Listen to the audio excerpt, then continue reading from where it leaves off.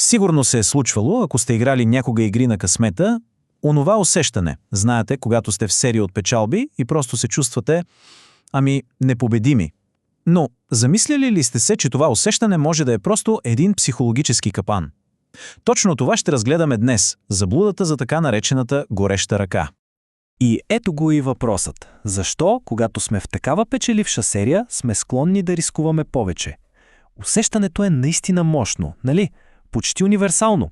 Сякаш сме в зоната, както се казва, късметът е изцяло на наша страна и следващия залог, следващата карта, следващото хвърляне на зара, всичко изглежда като сигурна печалба.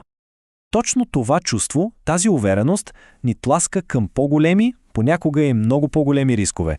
Но защо се случва така? Ето го и официалното име на този феномен. Заблудата за горещата река.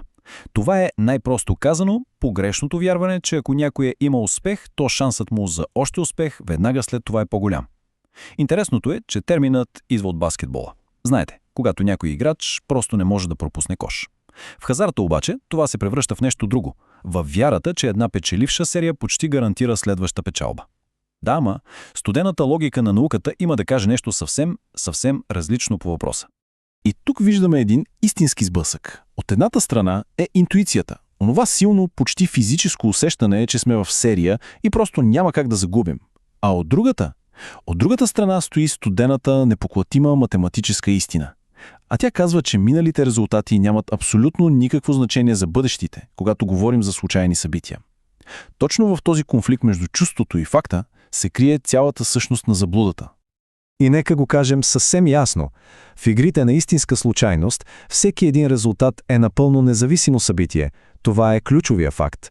Помислете, рулетката няма памет, тя не помни на кое число е паднала преди малко. Тестето карти, то не знае какви карти са били раздадени в предишната ръка. Всяко завъртане, всяко хвърляне, всяко тегляне е чисто ново начало. Вероятностите, така да се каже, се нулират всеки път. Ето това е фундаменталният принцип, който нашите емоции толкова често ни карат да забравим. Добре, сега вече знаем какво е заблудата. Но по-интересният въпрос е, защо сме толкова податливи на нея? Отговора се крие в нашия мозък. Нашия мозък е буквално една машина за търсене на модели. Програмиране да намира закономерности и причинно-следствени връзки. Абсолютно навсякъде. Дори, и това е важното, там, където те изобщо не съществуват. И тук нещата стават още по-интересни, защото има и биохимия замесена. Всичко е свързано с така наречената допаминова обратна връзка. Вижте колко е просто.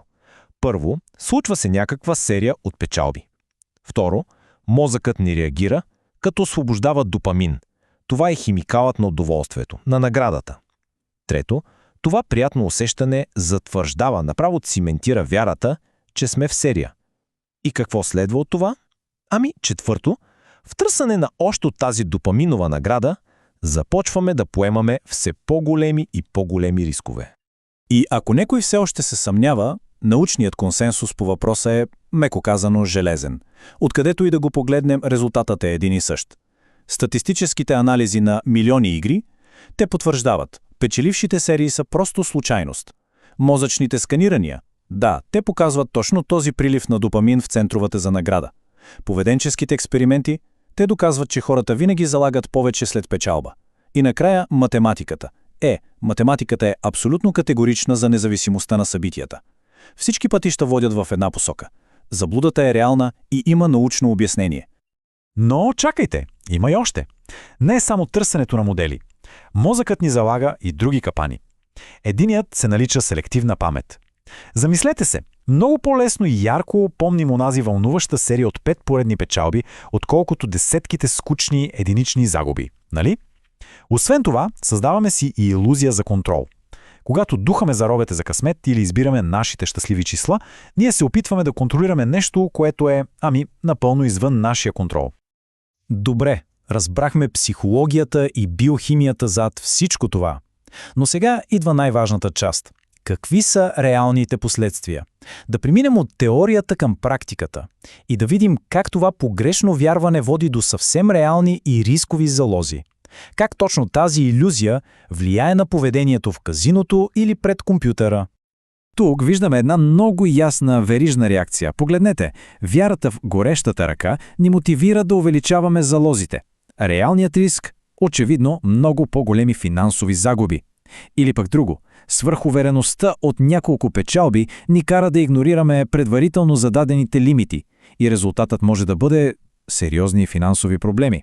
Дори нещо като да играем по-дълго, защото очакваме следващата серия, това води до умора и просто лоши, нерационални решения. Всяко едно от тези поведения, което е мотивирано от заблудата, си има своето логично, но доста рисковано последствие. Добре, нека направим нещата още по-прости. Седим класически, но перфектен пример. Представете си следната ситуация. Взимаме една монета и я хвърляме. Пада се ези. Хвърляме пак ези. И така 5 пъти подред. 5 пъти ези. Какво се случва в главата ни в този момент? Интуицията просто започва да крещи, че тук става нещо необичайно, нали? И ето го и въпросът за 1 милион, така да се каже. Какъв е шансът при следващото, 6-тото хвърляне, отново да се падне ези? Това е въпросът, който удря право в сърцето на заблудата за горещата ръка. Какво казва интуицията? Някои биха казали, че е по-малко вероятно, защото е време да се падне тура. Други, хванати в капана на горещата ръка, биха казали, че серията ще продължи. А математическият отговор? Той е брутално прост. 50%. Точно 50%. Нито повече, нито по-малко. Защо? Защото монетата, както вече казахме, няма памет. Изобщо ни интересува, че 5 пъти преди това се паднало ези. За нея всяко хвърляне е първо и единствено. Вероятността се нулира. Всеки. Един път. И това важи не само за монети, а за всяко независимо случайно събитие. И така стигаме до извода. Каква е поуката от всичко това? Знанието наистина е най-силната ръка, която можем да имаме. Но нека сме наясно. Разбирането на тази заблуда не ни дава силата да надхитрим шанса. Не. Дава ни нещо много по-ценно. Силата да контролираме собствените си импулси и решения. И тук е важно да се подчертае. Истинското предимство от това знание не е да започнем да печелим по-често. Това няма как да стане. Истинското предимство е да играем по-рационално и най-вече да се предпазваме от големи, понякога катастрофални загуби. Не става въпрос за тайна система за печалба. Става въпрос за отговорна игра и самоконтрол. Когато знаем, че мозъка ни е устроен да ни подлъгва, можем съзнателно да дръпнем спирачката на импулса за безразсъден риск. И може би всичко се свежда до този един цитат, който е изключително важен. Наслаждавайте се на играта за това, което е. Развлечение, а не инвестиция. Това е. Игрите на късмета могат да бъдат супер забавни, стига да подходим към тях с правилните очаквания. Те са форма на развлечение, точно като да отидем на кино. Момента, в който започнем да ги виждаме като начин за печелене на пари, като инвестиция, ето тогава когнитивните ни заблуди стават най-опасни. И ще завършим с един въпрос, който да остане за размисъл. Сега, след като знаем, че мозъкът ни е буквално създаден да се заблуждава от случайността, за какви други ежедневни илюзии може би става жертва? Заблудата за горещата ръка е само върхът на айсберга. Помислете, колко други наши решения, било то в финансите, в личния живот, в ежедневните ни преценки, колко от тях са повлияни от подобни скрити когнитивни илюзии.